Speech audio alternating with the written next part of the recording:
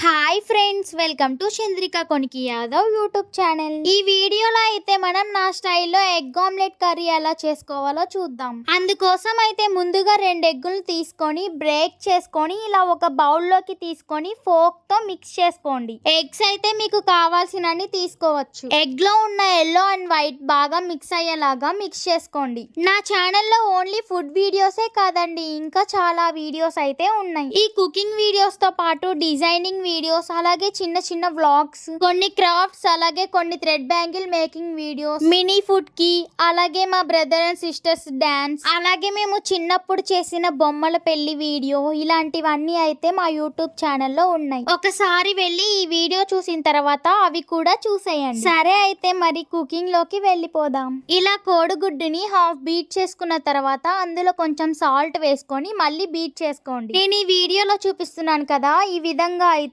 Beat చేసుకోండి. తర్వాత అయితే ఒక ప్యాన్ పెట్టుకొని అందులో ఆయిల్ వేసుకొని హీట్ అవ్వనివ్వండి. ఆయిల్ హీట్ అయిన తర్వాత మనం ముందుగా బీట్ చేసి పెట్టుకున్న ఎగ్ మిశ్రమాన్ని అయితే ఈ ప్యాన్ లో వేసుకోండి. మీకు కావాలంటే ఎగ్స్ కొంచెం ఎక్స్ట్రా తీసుకుంటే మనకి ఎగ్ ఆమ్లెట్ అనేది కొంచెం మందంగా వస్తుంది. మేమైతే 2 ఎగ్సే తీసుకున్నాం. అంత మందంగా కాకుండా కొంచెం పల్చగా చేసుకుందాం అని అయితే 2 ఎగ్సే తీసుకున్నాం. మీకు కావాలంటే మీకు ఇష్టమైనన్ని తీసుకోవచ్చు. ఈ ఎగ్ ఆమ్లెట్ అయితే ఒక సైడ్ కాలిన తర్వాత మరో సైడ్ కి టర్న్ చేసుకోండి. ఇప్పుడైతే ఈ ఎగ్ ఆమ్లెట్ రెండో సైడ్ కూడా కాలిన తర్వాత దీన్ని చిన్న చిన్న పీసెస్ గా అయితే కట్ చేసుకోండి. మరీ చిన్న చిన్న పీసెస్ గా కాకుండా మరీ పెద్దవిగా కాకుండా నేను ఈ వీడియోలో చూపిస్తున్నట్లయితే కట్ చేసుకోండి. ఎప్పుడు రొటీన్ గా ఎగ్ కర్రీ అలాగే టమోటా కర్రీ ఇలా చేసుకోవడం కన్నా ఒకసారి ఇలా ఎగ్ అండ్ టమోటా మిక్స్ చేసుకొని చేసుకుంటే బాగుంటుంది. చాలా మంది అయితే టమోటా కర్రీలో ఎగ్ కొట్టేయడం కానీ లేకుంటే ఉడకబెట్టిన కోడిగుడ్డు వేసి చేయడం కానీ అలా చేస్తుంటారు. ఎప్పుడు ఒకేలా కాకుండా ఒకసారి ఇలా ఎగ్ ఆమ్లెట్ కర్రీ చేయండి. టేస్ట్ అయితే చాలా బాగుంటుంది. అలాగే మీ పిల్లలు ఎప్పుడు ఒకేలాంటి కర్రీస్ ఎందుకు, ఏమన్నా వెరైటీగా చేయమని అడుగుతుంటారు కదా,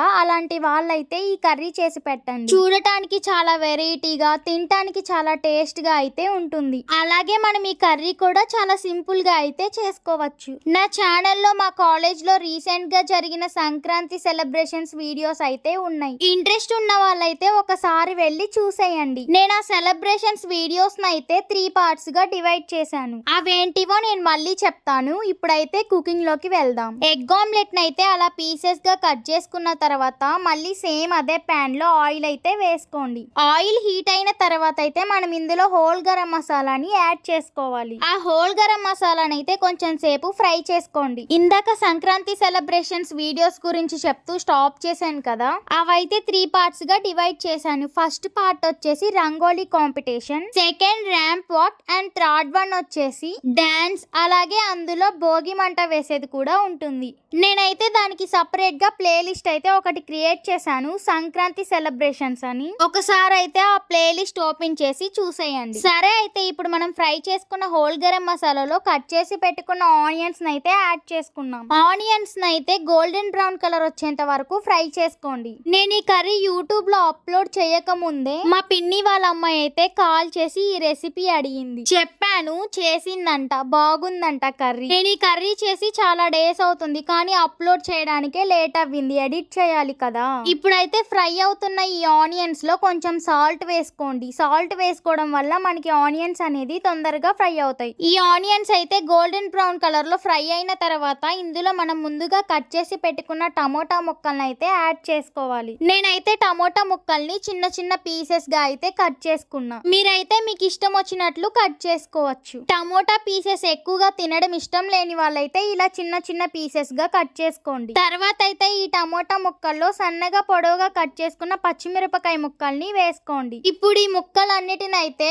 ఒకసారి మిక్స్ చేసుకోండి. నేనైతే ఈ సంక్రాంతి హాలిడేస్ లో నా హెయిర్ కి సంబంధించిన వీడియో అయితే ఒకటి చేద్దాం అనుకున్నాను. హాఫ్ అయితే కంప్లీట్ చేశాను, ఇంకా హాఫ్ ఉంది. ఆ వీడియోలో అయితే నేను హెయిర్ కి సంబంధించిన కొన్ని టిప్స్ అయితే చెప్తాను. ఇప్పుడైతే ఫ్రై అవుతున్న ఈ టమోటా ముక్కల్లో కొంచెం పసుపునైతే యాడ్ చేసుకొని కలుపుకోండి. నేను హెయిర్ గురించి గురించి అనగానే కొంతమందికి ఒక డౌట్ వచ్చే ఉండాలి, నీకంత లాంగ్ హెయిర్ లేదు కదా అనుకుంటున్నారు కదా. మీకు నా ప్రెసెంట్ హెయిర్ మాత్రమే తెలుసు, మీకు నా పాస్ట్ హెయిర్ తెలీదు. అంత లావుగా పొడవుగా ఉండే నా జుట్టు ఎలా పోయింది అనుకుంటున్నారు కదా చాలా మంది. అంటే నేను తెలిసిన వాళ్ళు అనుకుంటున్నారు. అలా ఊడిపోవడానికి కారణాలు, అలాగే అలా జరగకుండా ఉండాలంటే ఏం చేయాలో కొన్ని టిప్స్ ఇలాంటివి అయితే నేను ఆ వీడియోలో చెప్తాను. దీని గురించి అయితే మళ్ళీ చెప్తాను. ఇప్పుడైతే కుకింగ్ లోకి వెళ్దాం. ఇలా కొంచెం సేపు కుక్ చేసుకున్న తర్వాత అయితే ఇందులో కొంచెం వాటర్ ని యాడ్ చేసుకోండి. మీకు కొంచెం గ్రేవీగా కావాలనుకుంటే వాటర్ కొంచెం ఎక్కువగా యాడ్ చేసుకోండి. వాటర్ పోసుకున్న తర్వాత ఒకసారి ఇలా మిక్స్ చేసుకొని కొంచెం సేపు అయితే కుక్ చేసుకోండి. మనం ఇందాక స్టాప్ చేసిన టాపిక్ అయితే కంటిన్యూ చేద్దాం. కొంతమంది నేను తెలియని వాళ్ళు ఉంటారు కదా,